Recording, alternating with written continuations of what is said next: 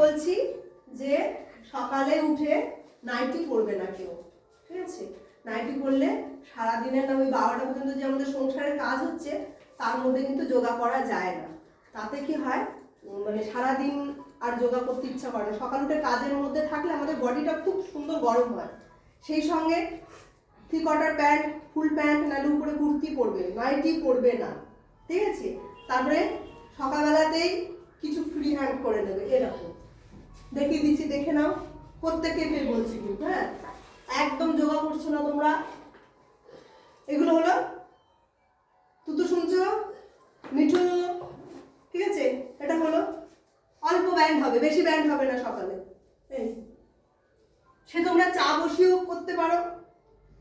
তারপরে দেখো, আসুন, কিছুই না, খুব সোজা সোজা, কিন্তু বডি দেখবে এত সুন্দর ছাড়বে। বেশি বসার দরকার নেই, এইটুকু বসবে, ঠিক আছে?